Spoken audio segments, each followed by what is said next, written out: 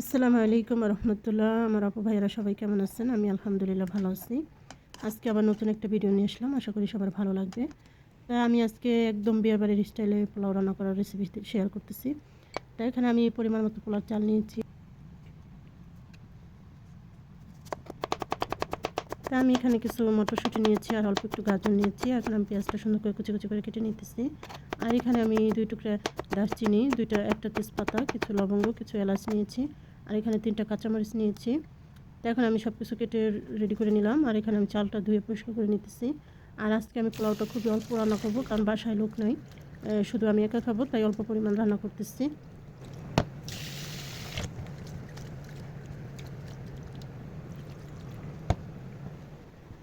তা আমি এখানে এখন এই তো কড়াইটা বসিয়ে দিলাম, পরিমাণ মতো তেল দিয়ে দিলাম। আর এখানে আমি অল্প একটু ঘি দিয়ে দিব। ঘিটা অবশ্যই জমে গেছে।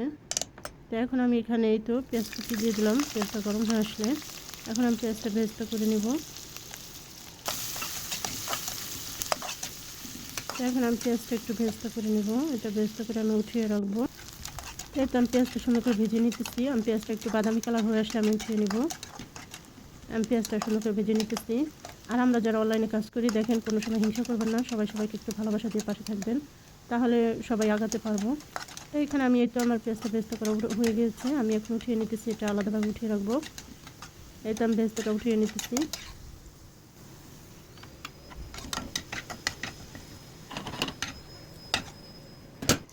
তো এখানে আমি একটু পেঁয়াজ দিয়ে দিলাম, পেঁয়াজ কুচি দিয়ে দিলাম। তো এখানে আমি কিছু গোটা মশলা দিয়ে দিলাম। তারপরে এখন আমি চালটা দিয়ে সুন্দর করে ভেজে নিতেছি।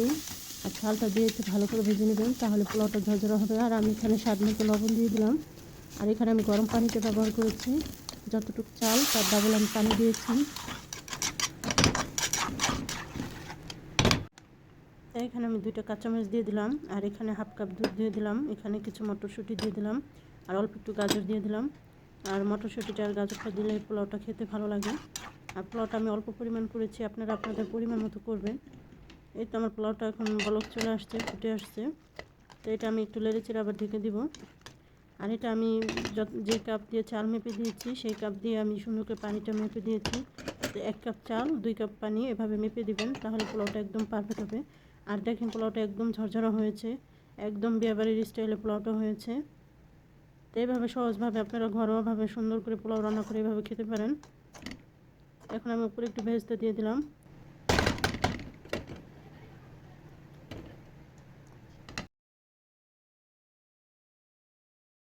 তো এখন আমি উপরে ভেজতেটা দিয়ে একটু দমে রেখে দিলাম, একটু ঢেকে 5 মিনিট দমে রেখে দিয়েছিলাম। তাই তো আমার পোলাওটা একদম রেডি। দেখেন একদম ঝরঝরা একটা সুন্দর একটা পোলাও হয়েছে, একদম বিয়েবাড়ির স্টাইলে। আর পোলাওটা খুবই ঝরঝরা হয়েছে, আপনারা দেখে বুঝতেছেন। তো এখন আমি পরিবেশন করে নিতেছি, এটা আমি উঠিয়ে নিতেছি। তো এইভাবে করে সবাই রান্না করে খাবেন। আর আমার পোলাওটা রান্না কেমন হয়েছে কমেন্টে বলবেন। আর প্লিজ আমার পুরান ভাই বোনরা কেউ কখনো অহংকার দেখাবেন না। যারা অনলাইনে কাজ করতে আসছি, পুরান হোক নতুন হোক, সবাইকে একটু ভালোবাসা দিয়ে একটু সাপোর্ট করে পাশে থাকবেন, তাহলে নতুনরা আগাতে পারবে আর পুরানরাও আগাতে পারবে। আর পুরানরা তো আগে এগিয়ে আসেন, তাদের কথা কি বলবো। কিন্তু আসলে আমরা যারা নতুন কাজ করি অনলাইনে, দেখা যায় অনেক পুরানো মানুষ আসলে সাপোর্ট করতে চায় না, মনে করে তাদের আইডি অনেক বড়, তার জন্য এটা ঠিক না। তাই সবাইকে ভালোবাসা দিয়ে পাশে থাকবেন, তাহলে সবার আইডিগুলো বড় হবে। তো সবাই ভালো থাকবেন। আর আজকে আমার ভিডিওটা কেমন হলো সবাই কমেন্টে বলবেন।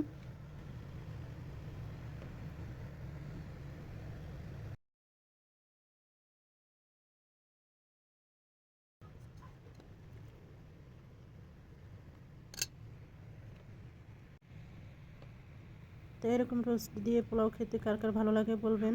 আর আমার তো খুবই ভালো লাগে। তাই সবাই ভালো থাকবেন। আর কথা বলতে গেলে একটু এদিক সেদিক হয়, সবাই আমার দৃষ্টিকে দেখবেন। সবাই ভালো থাকবেন। আসসালামু আলাইকুম রহমতুল্লাহ।